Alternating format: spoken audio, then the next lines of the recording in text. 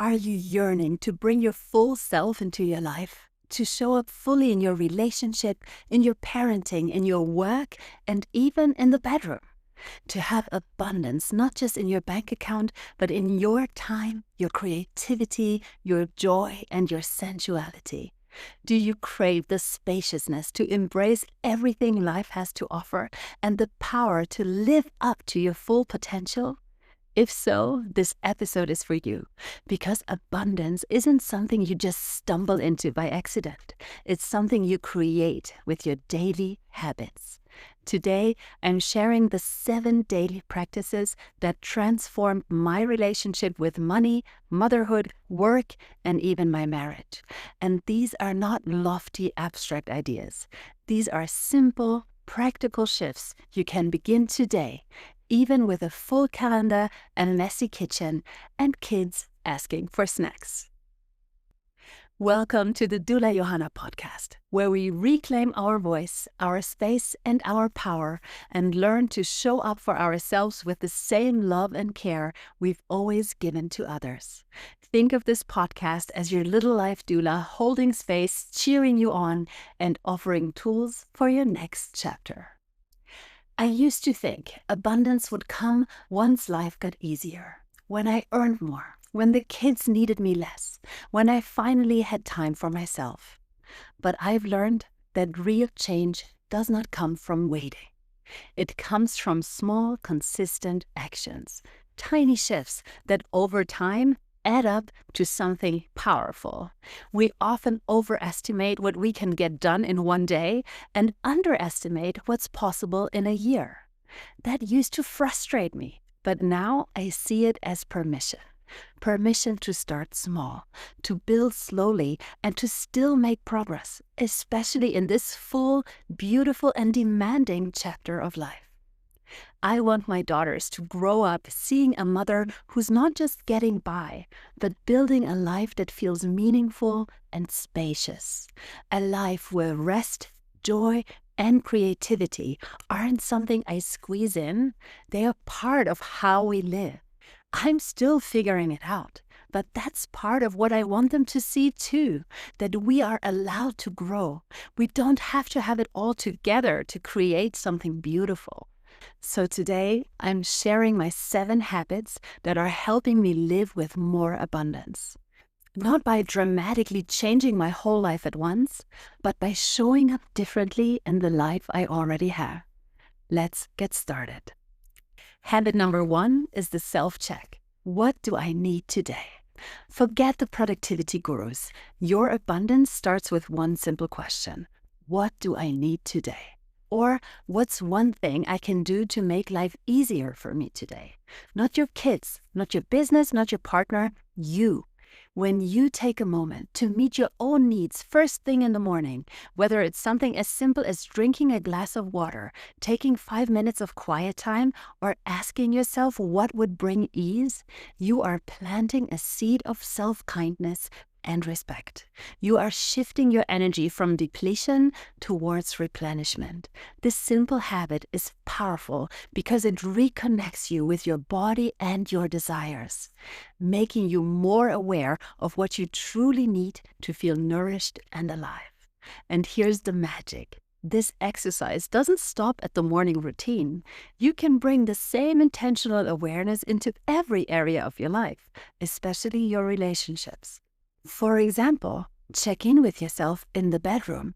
What would feel good to me today? And openly share that with your partner.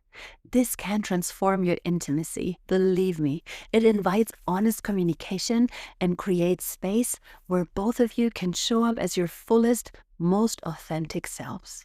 This openness not only increases abundance in your connection, but also deepens trust, pleasure, and freedom. Anchoring your day and your relationships in self-awareness and self-trust calms your nervous system. It tells your body and the people you love that your needs matter and you're ready to honor them. From this foundation, abundance naturally flows. Habit number 2 is learn one new thing about money every day. Your relationship with money shapes your freedom more than almost anything else. But if you're like me, you didn't learn how to handle or let alone grow money. You learned how to avoid thinking about it or simply fear it. Change that story with one small daily action. Listen to a short podcast, read one chapter of a money book, or tap on one of your limiting beliefs. Check my last episode if you want to know exactly how to do that. Each micro step shrinks your fear and expands your capability. Money stops being the monster in the closet and becomes a tool you know how to use. Empowered mothers create empowered children. Financially literate women change families and futures. Hack number 3, focus on 1% better every day. We tend to romanticize big transformations, but true abundance, it's built in small increments. Each day, ask yourself, how can I make today 1% better than yesterday? That might look like putting 10 euros in savings, choosing a nourishing lunch, declutter one corner of your home, saying no to something draining. Small wins avoid overwhelm and create psychological momentum. Over time, consistency compounds into exponential growth. Habit number 4 is define your own success every week. Most of us are chasing someone else's version of success, a social media fantasy, a childhood belief. Instead, create your own map. Each week, ask yourself, what does success look like for me this week? Maybe it's more laughter with your kids, or one peaceful evening, or one financial milestone, starting that project you keep dreaming about. Your nervous system calms when your life aligns with your authentic desires, not external pressure. By the way, this ties back to the ideal end scenario, episode 3 of this series. Habit number 5 is create more than you consume. In today's world, it's easy to slip into constant consumption, endless scrolling, online shopping, burning countless hours with a stupid cell phone game. Flip that script. Every day, choose to create something that fuels your own power. Write a short journal entry or update your bucket list. Start a do-it-yourself project or plan something new. Draft a heartfelt message to a friend or write an article.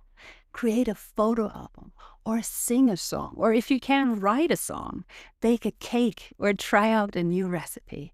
After listening to an inspiring podcast episode, jot down key points in your journal and revisit them later and turn them into action. Creation expands your sense of self and possibility. Mindless consumption shrinks it. When you create, you're telling your subconscious, I am powerful. I shape my life. Habit number 6, use your best things now. How many things in your home are too nice to use? The good dishes, the expensive face cream, the fancy pajamas. Drink the good wine, wear the silk robe. This isn't frivolous, it's rewiring your scarcity mindset. That was so hard for me to do. But a friend of mine once read me a beautiful poem, and I want to share one line with you. I am no longer waiting for a special occasion. I burn the best candles on ordinary days. When you use your best things now, you embody the belief, I deserve beauty and abundance today, not someday. Your environment affects your emotions. Treat your daily life like the sacred occasion it is. And the last habit, number 7, is set boundaries like your life depends on it, because it does. Most of us say yes too often, out of guilt, out of obligation, and each yes is a no to something else, something that might be truly meaningful to you. Each yes is a withdrawal from your energetic bank account. I've been there, saying yes when every part of me wanted to say no because I didn't want to disappoint. But every of those yeses was quietly draining my energy. Now I make it a daily practice to pause before I answer and ask myself, do I want to say yes because I truly want to, or because I'm afraid of letting someone down? And when the answer is the latter, I give myself permission to say no. Boundaries aren't walls. They're the way we protect our energy so we can be more present and joyful with the people and things that actually matter to us. When you honor your needs first, you actually open the door to deeper connection because you show up as your fullest and most generous self. Now that you've heard these 7 habits, you might be wondering if something this simple can really make a difference. And honestly, that's exactly why they work. They are so small, small enough to actually stick. They don't require a huge life overhaul. You can weave them into your real busy days. They bring you back to your senses, your breath, your body, the world around you. They ground you in the present and what is instead of everything that still needs doing. And most importantly, they help you remember that you're not just managing life, you're shaping it. Even in the middle of motherhood and everything it holds, you still get to dream, to choose, and to create. Because abundance isn't just about more money or stuff. It's about more space to breathe, more energy to feel alive, more joy in your work, whatever that looks like, and more depth in your relationships, including the one with yourself. Your habits are more than just routines. They are the blueprint for your future. The small choices you make each day shape the life you'll live tomorrow. Look at these habits as gentle tools to help you build a life that feels rich from the inside out. One choice, one breath, and one day at a time. So today I invite you to choose just one habit from this list and commit to it. Maybe it's asking yourself, what do I need today? Or setting a clear boundary that protects your energy. Future you will look back with gratitude, knowing that this small step was a seed for something much bigger. Abundance isn't an instant destination. It's a daily practice, a way of showing up for yourself with intention and love. Next week, we'll dive into why abundance matters especially for women and why ignoring your relationship with money keeps you trapped in a cycle that's hard to break. This one's going to open your eyes and give you practical tools to start shifting your money mindset for good. Until next week, take care and remember to be your own life doula.